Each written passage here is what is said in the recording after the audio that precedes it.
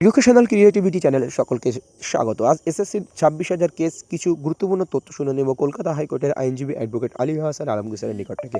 Modification application কাল রয়েছে, আপনারা জানেন এর কি হতে পারে, রিভিউ পিটিশন নিয়ে কি পদক্ষেপ নেওয়া হচ্ছে এবং বঞ্চিতদের জন্য অবস্থান কি, পরবর্তী পদক্ষেপ কি হতে পারে, বা যে পরীক্ষা আবার হবে বলেছে, ফ্রেশ সিলেকশন প্রসেস বা ফ্রেশ রিক্রুটমেন্ট, এই সমস্ত বিষয় নিয়ে বিস্তারিত আলোচনা করবেন কলকাতা হাইকোর্টের আইনজীবী অ্যাডভোকেট আলী হাসান আলমগীর। তো চলুন আমরা সরাসরি ওনাকে আমরা পেয়েছি, আপনারা শুনে নিন উনি কি বলছেন বিস্তারিত।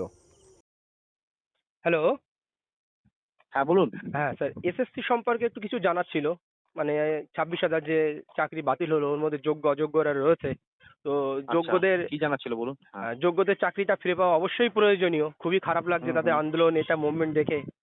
হুম, তো হুম। এই পরবর্তী পদক্ষেপ কি, মানে বা রিভিউ পিটিশন হবে শুনছিলাম, তো এরা কতটা ফলপ্রসূ হবে বা এই সম্পর্কিত যদি কিছু বলেন।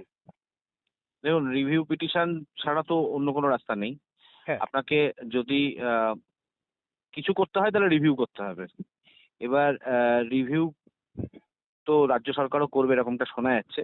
হ্যাঁ। কিন্তু রাজ্য সরকার তার আগে একটা অ্যাপ্লিকেশন করেছে, যেটা সম্ভবত আগামীকালকে তার শুনানি হবে। হ্যাঁ, সেটা মডিফিকেশন হয়তো দেখে নিয়ে, অ্যাপ্লিকেশন দেখছিলাম আমরা হ্যাঁ, সম্ভবত। মডিফিকেশন যেটা করেছে হ্যাঁ। সেটা আগামীকালকে সেটা দেখে নিয়ে হয়তো রিভিউ করবে। এবার আমরা যারা, মানে আমরা যাদের জন্য লড়েছিলাম তাদের জন্য তো আমরা রিভিউ করছি।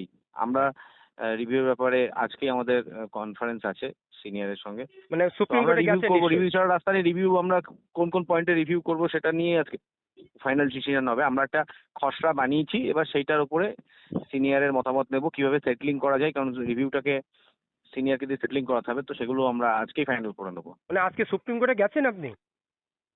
হ্যাঁ, আমি এসছি এবং আচ্ছা। আজকে ওই রিভিউ, আজকে অন্য একটা মামলার জন্য এসছি, কিন্তু এসএসসির এই রিভিউ জন্য আমাদের এই মামলার পরেই বসার কথা আছে সিনিয়রের সঙ্গে, আচ্ছা। এবং আমরা রিভিউ করছি। হ্যাঁ, হ্যাঁ। স্টেটের অপেক্ষা আমরা করব না, আমরা আমাদের মতো লড়াই করব। আচ্ছা। মানে এটা কি আপনারা করবেন, মানে যোগ্যরা যাতে ফিরে পায় বা বঞ্চিতরা মানে ভালোভাবে এফেক্ট পায়, ওই জন্য কি? একদমই তাই, একদমই তাই। দেখুন, আমরা আমাদের লড়াইয়ের কথা বলবো, কিন্তু হ্যাঁ। আমাদের লড়াই তখনই সম্ভব হবে যদি যারা যোগ্য তারা তাদের চাকরি ফেরত পায়, কারণ আমরা আসছি তার পরের ধাপে।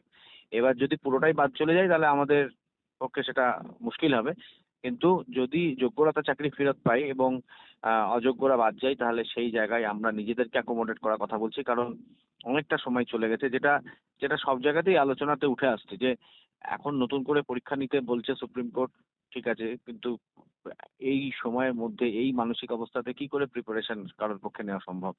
যে আচ্ছা। জিনিসটা আপনি যে প্রিপারেশনের মধ্যে আপনি বেকার অবস্থায় ছিলেন, সেটা দুম করে চাকরি হারিয়ে এই মানসিক আহ, অবস্থাতে কি সম্ভব নাকি সেই জিনিসটাকে, সেই প্রিপারেশনটাকে নিজের তুলে একদম, ধরা একদম। এবং তার মানে জন্য প্রস্তুত হওয়া, এমনিতেই এরকম সম্ভব পরীক্ষাটা নয়। খারাপ হয়ে যাবে ওই টেনশনেই। মানে হ্যাঁ, একদম এমন তাই, একটা বলা একদম যেতে তাই, পারে। সিচুয়েশন হ্যান্ডেল করা খুবই একদমই তাই। কষ্টের। তখন ব্যাপারটা কি ছিল, কিছু ছিল না, সেখান থেকে কিছু পাওয়ার লড়াই ছিল। এখন সব হারিয়ে কিছু পাওয়ার লড়াই হবে, তো দুটো তো এক হতেই পারে না। না, না, হতেই এবার পারে না। তারপর আবার রাজ্য সরকার মাঝখানে বলল যে ভ্যাকেন্সি আছে, ভ্যাকেন্সি বাড়িয়ে এরকম একটা এসএসসি চেয়ারম্যান বলছিলেন যে ফ্রেশ ক্যান্ডিডেটদেরকে এখানে ইনভলভ করা হবে কি হবে না, সেটা একটা ইস্যু চলে আসছে অটোমেটিক্যালি। হ্যাঁ, হ্যাঁ, ওই যদি তারা ইস্যুটা খুব। ইনভলভ হয় তাহলে তো কথাই নেই, স্বাভাবিকভাবে প্রচুর কম্পিটিশন বাড়বে এবং ইয়েস। যারা চাকরি হারিয়েছে তাদের জন্য মুশকিল হবে। আমাদের জন্য মুশকিল হবে, আমরা যারা নট কোড ফর ভেরিফিকেশন, সবার জন্য মুশকিল হবে সেই প্রিপারেশনটা ইয়ে থেকে। এবার সেখানে আমরা ওই জন্যই সেগ্রিগেশনের কথাই আবার বলবো, এবং আমরা বলবো হচ্ছে যে সেই জায়গাতে যেটা ভ্যাকেন্ট পোস্ট থাকবে তা হ্যাঁ। সেখানে আমাদেরকে নেওয়া, এটাই আমাদের বলার উদ্দেশ্য। এবং এটা আমরা করবো। এবার রাজ্য সরকার করবে কি করবে না জানি না, করবো করবো না বলে তো। এবার এটা কোনো এক্সিকিউটিভ ডিসিশন ওদের, নাকি এটা শুধু পলিটিক্যাল ডিসিশন, সেটা তো ক্লিয়ার নয়। না, না। কিন্তু আমরা আমাদের চেষ্টাটা করব। এছাড়া কোনো ইয়ে নেই। আমরা তাতে করে যদি কিউরিটি পর্যন্ত যেতে হয় তো যাবো। মানে রিভিউ এর পরে যদি রিভিউ খারিজ হয়ে যায় তখন কিউরিপিটে যাওয়া যাবে। এবার হ্যাঁ, সেই প্রভিশন যদি থাকে তাহলে অবশ্যই যাব। আচ্ছা, আচ্ছা, আচ্ছা। তাহলে এছাড়া আমাদের তো কোনো তাহলে রিভিউ রাস্তা নেই। পিটিশন এখন ওয়ে, আর মানে সিদ্ধান্ত আসা যাচ্ছে, আর আগামী কাল হ্যাঁ, যেটা হ্যাঁ, এম আমরা এ আমরা রয়েছে, রিভিউ করছি। এম এ যেটা রয়েছে সেই এম এর উপরে ডিপেন্ড করছে রিভিউ পিটিশনটা কেমন ভাবে হবে। মনে হচ্ছে সেরকমই ওদের থেমে যাওয়া দেখে, সেটাই মনে হচ্ছে যে ওরা ওই একটা মডিফিকেশন যেটা চেয়েছে, যে মানে যাদের চাকরি বাতিলের অর্ডার হয়েছে তারা যাতে সিলেকশন প্রসেসটা কমপ্লিট না হওয়া পর্যন্ত কিন্তু স্যার, চাকরিটা করতে পারে।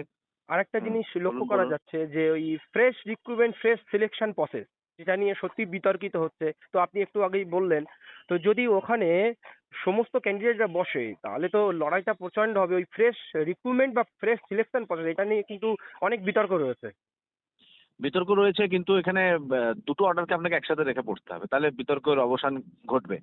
এবার যদিও আপনি আমি নিজের মতো করে ব্যাখ্যা করে নিতে তো কোনো অসুবিধা নেই, কিন্তু আলটিমেটলি কোর্টের ব্যাখ্যা কি? কোর্টের ব্যাখ্যা হচ্ছে যে জায়গাতে যা সুপ্রিম কোর্টের জাজমেন্টের যে অংশটা পড়ে আপনার কোনো বিষয় সম্পর্কে ক্লিয়ার ধারণা আসছে না, তখন হ্যাঁ, আপনাকে হাইকোর্টের ডিভিশন বেঞ্চের জাজমেন্টটা পড়তে হবে।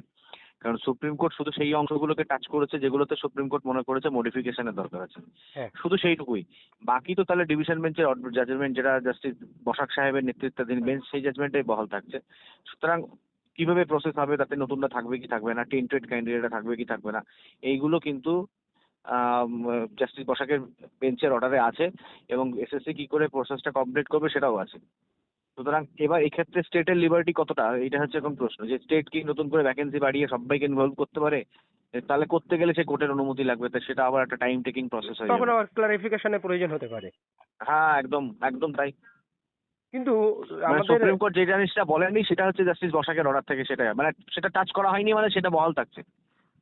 স্যার সুপ্রিম কোর্টের অর্ডারে যারা মানে অযোগ্য, যারা মানে বিভিন্নভাবে বিভিন্ন ঘুরপথে চাকরি পেয়েছে, তো হুম হুম, তাদের তো বলা হয়েছে তারা পরীক্ষা দিতে পারবেই না, 12% সুদ সহ ফিরিয়ে দিতে হবে। তারা তো সুযোগই পাচ্ছে না। একদমই তাই। সেখানে তো আমাদের আন্ডারস্ট্যান্ডিংও ক্লারিফিকেশনের তাই। কোনো প্রয়োজন নেই। না, একদমই তাই। এবার তারা তাদের মতো রিভিউ করবে, তারাও নিশ্চয়ই রিভিউ করবে যে আমাদেরকে এটা এই সুযোগটা দেওয়া, মানে এবার সবাই আপন আপন লড়াই দেখুন। কাউকে তো আটকানো যাবে না। না, না, না। সে রিভিউ টিকবে না রিভিউ এগিয়ে যাবে সেটা তো পরের কথা। হ্যাঁ, মানে হ্যাঁ। রিভিউ ডিসমিস করবে না টিকবে সেটা পরের কথা, কিন্তু মানে ডুবে যাওয়া মানুষ যেমন খড়কুটো ধরে বাঁচতে চায়, সেরকম ব্যাপার হয়ে গেছে না এখন। কিন্তু আমরা এত চারিদিকে বড় দেখছি ধাক্কা। হুম, বিভিন্ন গ্রুপে স্যার আমরা দেখতে পাচ্ছি যেহেতু এটা ফ্রেশ সিলেকশন প্রসেস বা ফ্রেশ রিক্রুটমেন্ট প্রসেস বলা হয়েছে, সেই জন্য যারা নতুন ক্যান্ডিডেট রয়েছে তারাও কিন্তু উঠে পড়ে লেগেছে। তারাও বলছে যে আমরা মামলার আশ্রয় নেবো, আমরা যাতে বসতে পারি, কারণ 10 বছর ধরে পরীক্ষা নেই। এরকম একটা দেখুন শোনা যাচ্ছে নতুনদেরকে গুঞ্জন। আপনি কি করে, নতুনদেরকে আপনি মানে এটাও তো ঠিক যে আপনি যদি সেইভাবে ভাবতে বসেন কোর্ট কাছারির কথা বাদ দিয়ে, তাহলে এটা ভাবুন যে গত 10 বছর ধরে কোনো সিলেকশন প্রসেস নেই। এবার আপার প্রাইমারির টেট হওয়া নিয়ে সম্ভবত একটা মামলা হয়েছে, আমাদের হ্যাঁ, এক মামলা বন্ধু হয়েছে, উকিলবাবু দেখেছি। করেছেন। হ্যাঁ, হ্যাঁ। হ্যাঁ, কিন্তু বাকি 9, 10, 11, 12 সেগুলো হ্যাঁ, আচ্ছা, আচ্ছা। এসএসসি তো এখন এমন ধাক্কা খেয়েছে, এসএসসি নতুন প্রসেস নেবে করবে, সেইটার মানসিক অবস্থা এসএসসির আছে নাকি আমার সন্দেহ। তাহলে এই করেই তো আরো 1-2 বছর কেটে যাবে, সামনে বছর এমনি বিধানসভা ভোটের জন্য অনেক কিছুই ব্যাহত হবে। হুম। তাহলে ফ্রেশ ক্যান্ডিডেটদের কথাও তো ভাবতে হবে। কিন্তু দুটোকে আমার আমার মতে কি, যদি নতুন প্রসেস নিতেই হয় তাহলে সেক্ষেত্রে স্টেট চাইলে দুখানা সেপারেট প্রসেস করতেই পারে, যে নতুন যেগুলো ভ্যাকেন্সি সেগুলোতে সবাইকে রাইট, রাইট, ইনভলভ রাইট। করা। আর এই ভ্যাকেন্সিটা শুধু, এই যে 26,000 ভ্যাকেন্সি যেটা, সেই ভ্যাকেন্সিতে শুধুমাত্র সেই ক্যান্ডিডেট গুলোকে ইনভলভ করা, এইটা একটা সমাধান সূত্র হতে পারে। কিন্তু সহজভাবে কি রাজ্য ভাববে, এটা বড় ব্যাপার। না না না, সহজভাবে ভাববে না। সহজভাবে তো ভাবছে না। সহজভাবে ভাবছে না, সেটা তো মাননীয় মুখ্যমন্ত্রী নেতাজি ইন্ডোর স্টেডিয়ামে মাইক ধরেই বুঝিয়ে দিয়েছেন সহজভাবে ভাবছেন না উনি। সুপ্রিম কোর্টের সঙ্গে বাঁধাবাঁধি করতে যাচ্ছেন, কি লাভ হবে এতে? এটা কি মানে কি হবে এটাতে? একটা পলিটিক্যাল গিমিক, এটা এছাড়া আর কিছু তো নেই। আমরা গতদিন দেখেছি যোগ্য অযোগ্য লিস্ট শিক্ষা দপ্তরে বা বিকাশ ভবনে পাঠানো হয়েছে, এমনটাও আমরা শুনেছি যে তো এতদিনে না দিয়ে হঠাৎ করে একটা যোগ্য অযোগ্য লিস্ট কিন্তু পাঠিয়ে দিয়েছে, এটা শুনলাম। হুম হুম হুম, আমিও, হ্যাঁ, দিয়েছে। আচ্ছা, আচ্ছা। ঠিক আছে দিয়েছে স্যার। এবার। হ্যাঁ, বলুন। এই লিস্ট নিয়ে আগেও কথাবার্তা হয়েছে। হ্যাঁ। এটা কেউ মানতে রাজি, এই লিস্ট কেউ মানতে রাজি নয়, এখানেই ঝামেলাটা হচ্ছে। আচ্ছা, আচ্ছা। ঠিক আছে, দেখা আমরা যাক। তাহলে 17 তারিখের জন্য ওয়েট করি, রিভিউ পিটিশন হবে হ্যাঁ হ্যাঁ ইত্যাদিতে হ্যাঁ, ওয়েট করবো, তাও মানে আগামী কালকের পর আমরা জানতে পারবো কি হতে চলেছে, অগ্রগতি কি। ঠিক আছে ঠিক ঠিক আছে, আছে। ধন্যবাদ স্যার। আচ্ছা আচ্ছা, ধন্যবাদ। ওকে।